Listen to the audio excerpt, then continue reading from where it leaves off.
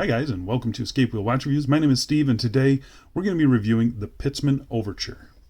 This watch was sent to me for free. I don't have to send the watch back, but no matter how I get a watch in for a review, you're always going to get my honest opinion every single time, and that will be more apparent than ever in this review, sadly. If by the end of this review you do want to pick one of these up, I'll be leaving a link down in the video description as always. That'll take you to the Pitzmann website where you can pick up this watch. The retail price for this watch starts at $549.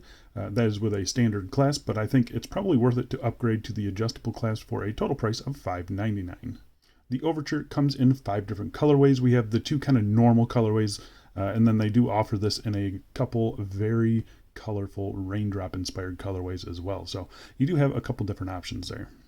The watch case and bracelet are made of 316L stainless steel. It has a sapphire crystal with anti-reflective coating. It has a screw-down crown, a screw-down case back, 120 meters of claimed water resistance, and the watch is powered by the Swiss ETA F07 high accuracy quartz movement, which we'll talk about in a little bit. So as a reviewer, they always tell me that one watch is better than another watch because it's the same parts for less money. And I always tell them that a watch is more than just the sum of its parts. And this is the case here. On paper and piece by piece, this watch is fantastic. But when you put them all together, something just doesn't quite add up. So be sure to stick around until the end of the review to hear what I'm saying when I say that. So I say we get into it, but before we do, doing a quick wrist check as always, wearing the Ferrisuit chronograph. Absolutely love this watch. It is gorgeous. Go watch the review up here. All right, so let's get into dimensions. Got a 39 millimeter case, 8.5 millimeters thick, got 20 millimeter lug width, 45.9 millimeter lug tip to lug tip, total length of 49 millimeters. And sized up for my 7.5 inch wrist with 2 links removed. It weighs 132 grams. So I think the size on the watch is great. It's a 39 millimeter, kind of go anywhere, do anything watch. Pretty short lug to lug, even with the male end links.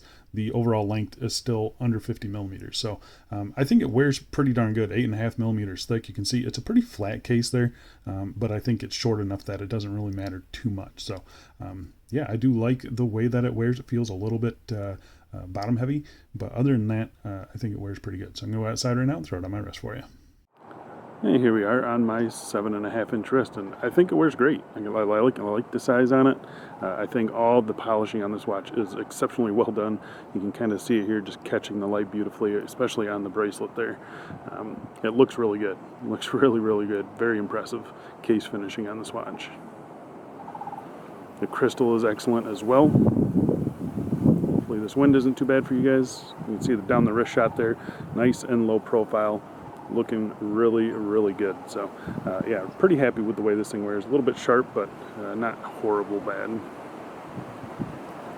And I hope you guys don't mind some indoor-ish shots. This is just in my patio. It's way too windy outside, so yeah, figured I'd hop in here. But here we are on a cut to size FKM in green. I think the green and the khaki look really good together. And here we are on another cut to size FKM in red. I think that matches the second hand pretty cool.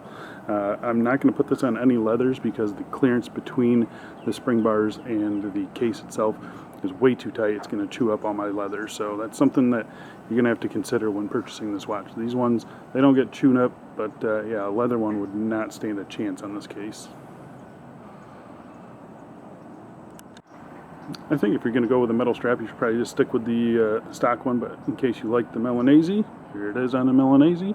But again, super, super tight. I was just able to get this one to fit. It looks alright. Not my favorite. Alright, and I'm saying lastly, this is just a single pass strap. You can see it.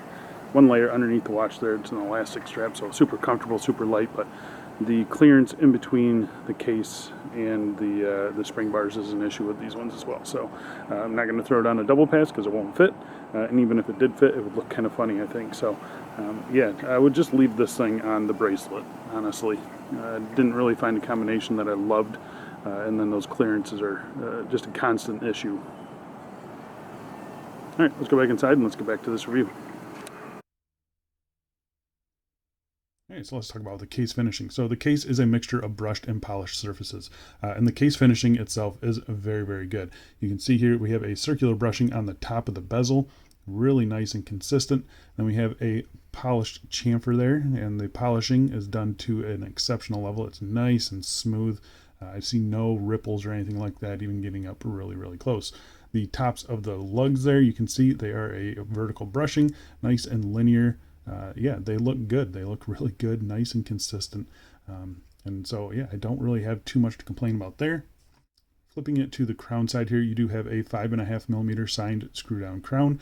You got plenty of grip on that.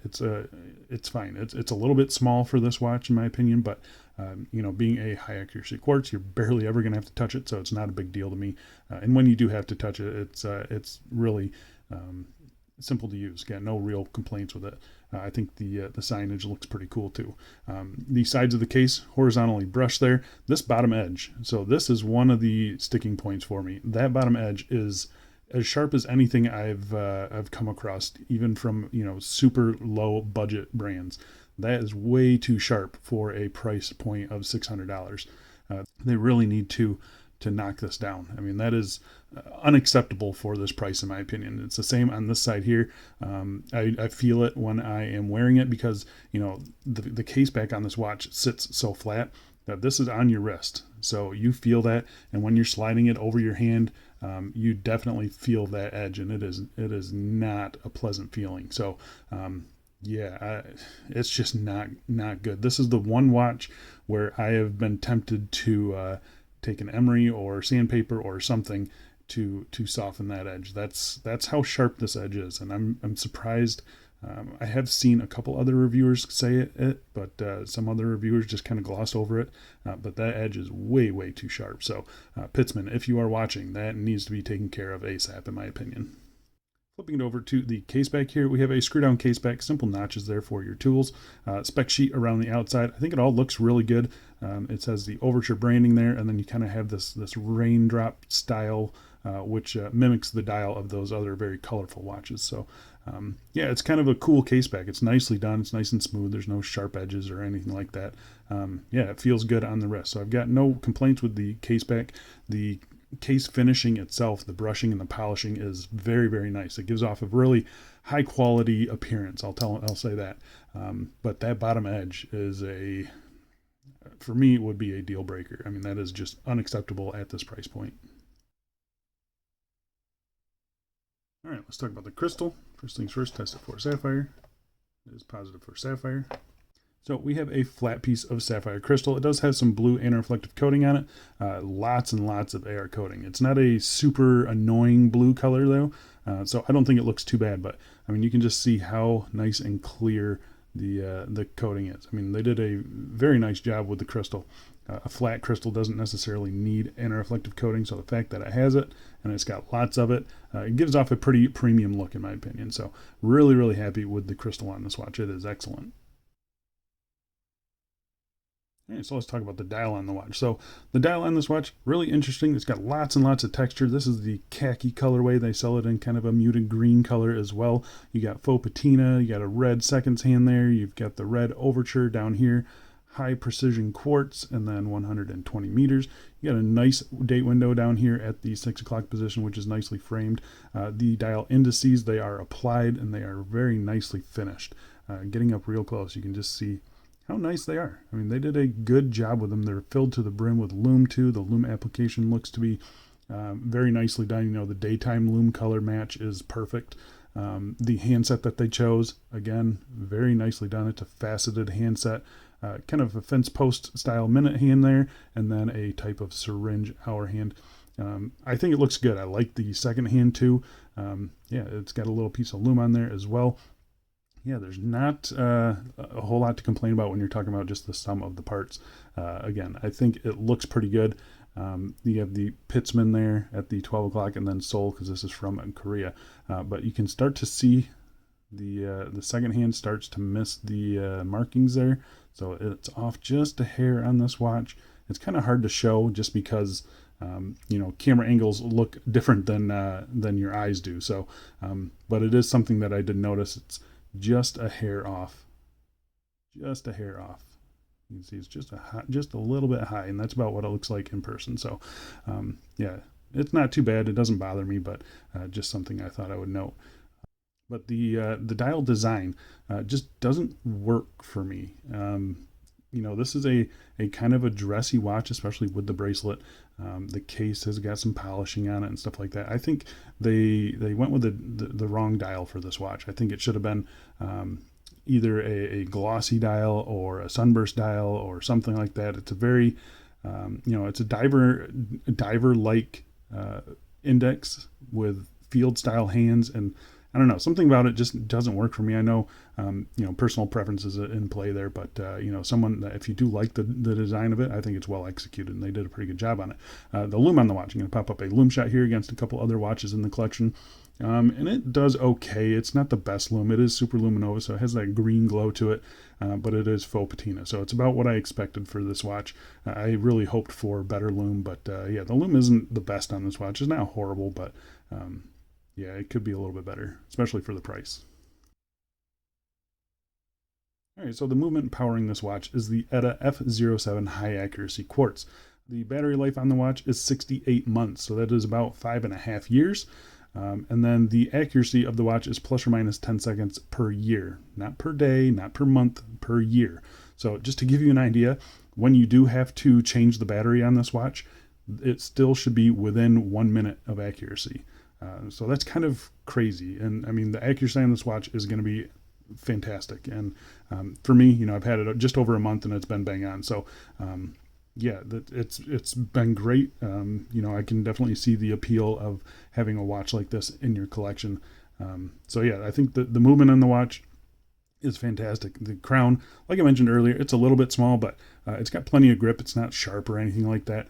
Screw in, screw out action is nice and smooth. You do get a little bit of a pop out there. The first position here, pop it out to the first position. This changes your date. Everything seems to be nicely centered in there as well, so pretty happy with the date. It's nice and big and legible as well. Pull it out to the next position, and that hacks the movement. This is where you set your time. The alignment was spot on, and I've got no complaints with it. It feels like a nice solid movement. There's a good resistance to the crown. It's not super easy to turn, and then the crown itself is nice and solid there. So I've got no complaints with the movement on this watch. It is excellent, and the crown is just as good. So really happy with that. All right, so let's talk about the bracelet. So the bracelet on the watch is actually very nice. However, it is big. It is big. It is chunky. You can see its links compared to the case size there. I got curious and I started measuring different watches with their bracelets separately. And I came to the conclusion that most bracelets, they are about 20 to 30% heavier than the watch head. So when I put this one on the scale, I measured it and it was 75% heavier. So it gives a very bottom heavy feel to it. It's not a bad thing. It's better to be bottom heavy, I say, than top heavy, but it is definitely something that I noticed, and definitely something that just doesn't fit for me. It's a very light and elegant case, and then you get this big chunky bracelet that they took this right off of their other watches. So and kind of, I guess, to be expected. Their other watches are a little bit bigger, a little bit heavier, a little bit thicker, and it kind of works with those, but it just doesn't work in this case here. The finishing on the bracelet is exceptional, though. You have brushing on the tops of the lugs there, and then you can see all these little polished edges and chamfers on the bracelet. It gives a pretty cool look to it, I think. If you like that, it just gives you a little bit of bling where you normally wouldn't have it. The end links, they are solid end links. You have solid links, obviously. Screws for sizing. I had no issues sizing this up. The end link fitment, nice and tight in there. But just looking at the end links, they don't, the brushing doesn't match. For $600, you would expect the brushing to match, and it just doesn't. It just doesn't work for me. It follows the case curvature, I'd say, very nicely. And then they stop short, which is nice. They stop short of the lug tips, which is nice.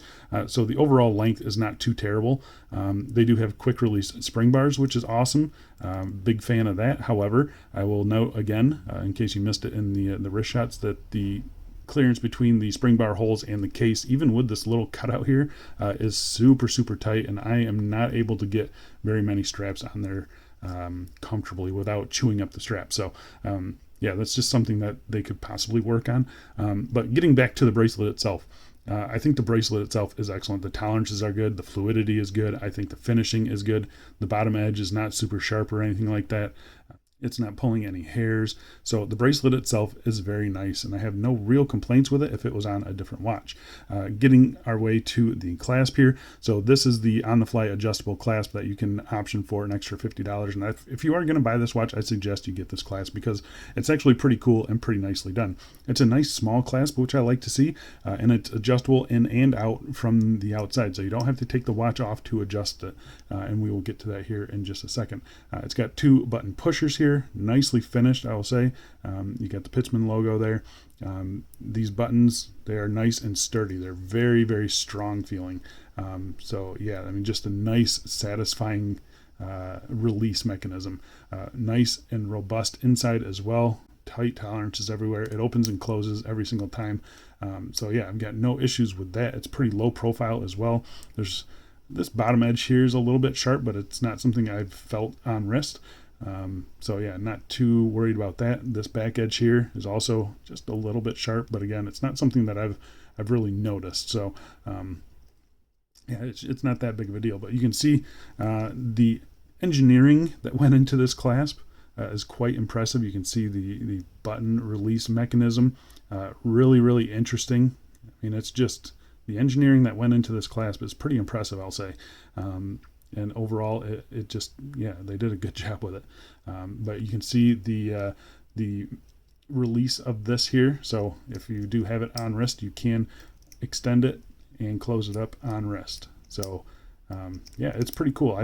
I have noticed that this button does sometimes get stuck. So you can see right there, it kind of got stuck.